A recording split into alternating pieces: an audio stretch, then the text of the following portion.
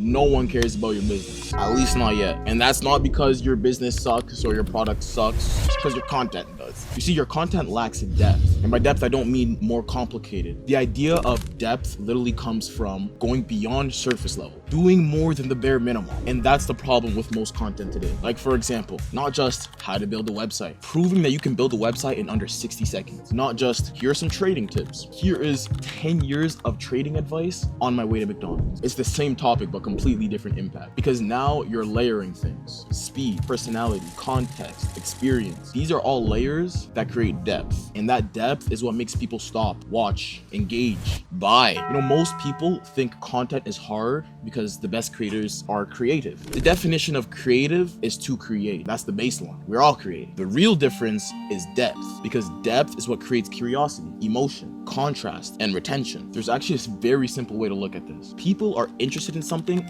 based on what they already know versus what you show them. And the bigger that gap, the more interest is created. So if your content says what they already expect, they scroll. But if you attack a topic from a different lens or with depth, and it shows something that they didn't expect, a new layer, the viewer decides to stay. And that's the difference between content that's just created and content that spreads. Content that is engaged with, content that people remember. So it's not how can I be more creative? How can I add depth to my content? Instead of just giving you tips, I'm gonna give you something way more useful. I've created a blueprint on ways you can create depth for any business. And how I did that was reverse engineer the best performing content online and see what is actually working. And I've boiled it all down to something I personally call depth boosters. These are the layers that take your content from something scrollable and forgettable to something people actually want to watch. And instead of overwhelming you, because there are a bunch of ways to add depth to your content, I've picked the most effective ways that bring the best results. Because depth isn't just one thing. It's how you grab attention, how you make people think and feel, and how you build trust. And most people will only focus on one of them. So I've narrowed it down to 7 layers or depth boosters that you can add to your content to help with your retention and help with your audience engagement. And I'm not just gonna tell you what they are. I'm gonna show you how to apply it to each type of content for each type of business. So this isn't about going viral once. It's about getting a full understanding of the psychology behind content.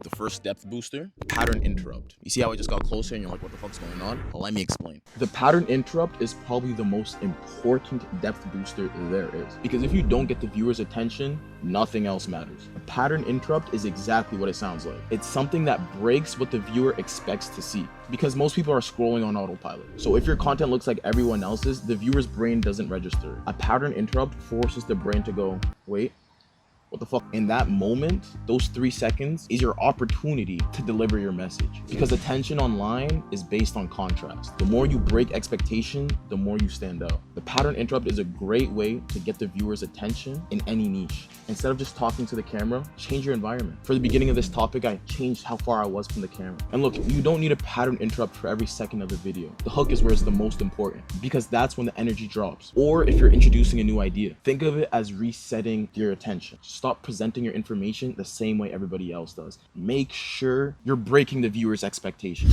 So the second depth booster is reframing. And this is where your content usually starts to stand out, because information alone doesn't make people stay. Perspective does. Reframing is when you take what you were already gonna say and put a different lens on it. Same idea, different angle. And that angle is what makes things interesting, because your audience already has expectations. They've seen your topic before.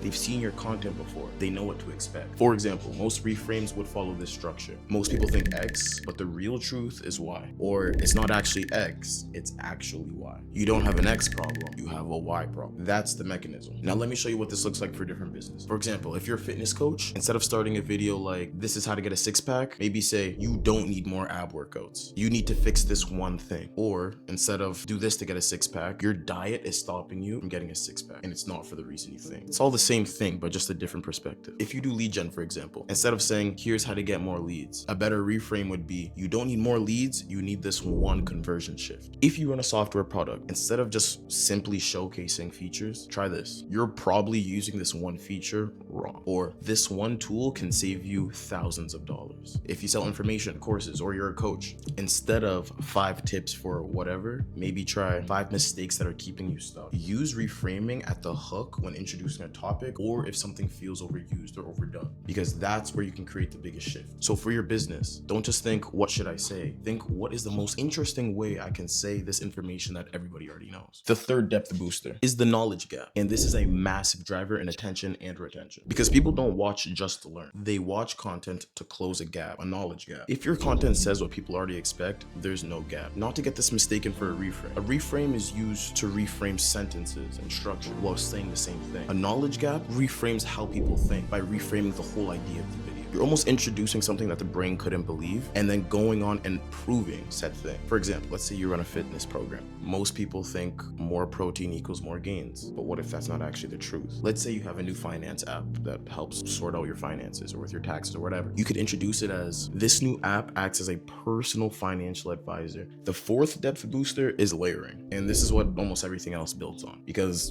depth is just layers. The more layers your content has, the more reasons people have to stay. Most content has one layer, someone sitting, talking, explaining something. And that's why it gets ignored, because there's nothing else for the brain to process. Layering is when you combine multiple elements all at the same time, and it creates depth. So not just what you're saying, but what's happening while you're talking. You're probably thinking, what does that even look like? For example, a strong piece of layered content has thought out setting, topic, constraint, and personality. That's 4 layers. Most people only use 1. For example, instead of just giving trading tips, if you're a day trader, maybe say 10 years of trading experience on my way to McDonald's. You've added time constraint, you've added environment, you've added experience, you've added personality. Like, even at the simplest level, layering could be very simple. Like, for example, you've probably seen this before, where it's just a talking head video or a podcast, and then at the top or the bottom of the screen, it's just a video playing of a satisfying video or some gameplay footage. This retains the audience's retention. It gives your brain something to process, so that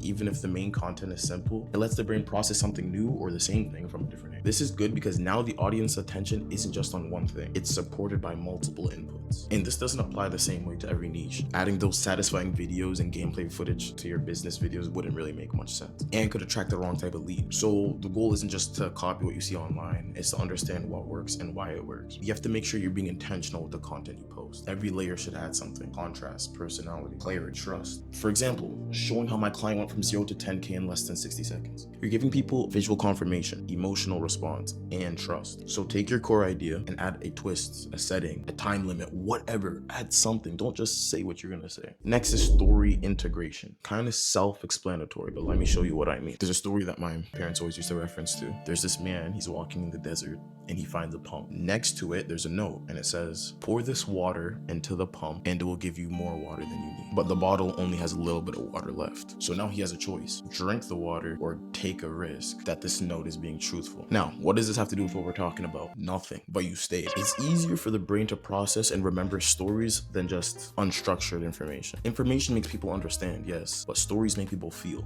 And when someone feels something, they stay, they pay attention, they trust you more. Story integration doesn't mean you need to sit down and tell your whole life story, because we don't care. It just means adding real situations to what you're already saying. Maybe instead of saying this doesn't work, say I did this for months and nothing happened. Now there's weight behind it. Your own and client experiences are things that your audience can relate to. The 6th depth booster is identity trigger. You've been posting, you think your content is good, but no one wants to watch it. And deep down, you know something's wrong, but you don't know what to do. This is an identity trigger. This is when your content stops being general and starts feeling like it's about them. Because now it's not some people do this, it's you're doing this. Because people don't just watch content, they compare themselves to it. And the moment they see themselves in your content, they're locked in. Instead of saying your business is struggling with content, I said you've been posting and nothing's happening. Instead of a lot of creators do this, I would say you're overthinking your content and still not posting. Use identity triggers in your hooks before important points to grab the viewer's attention and make you feel like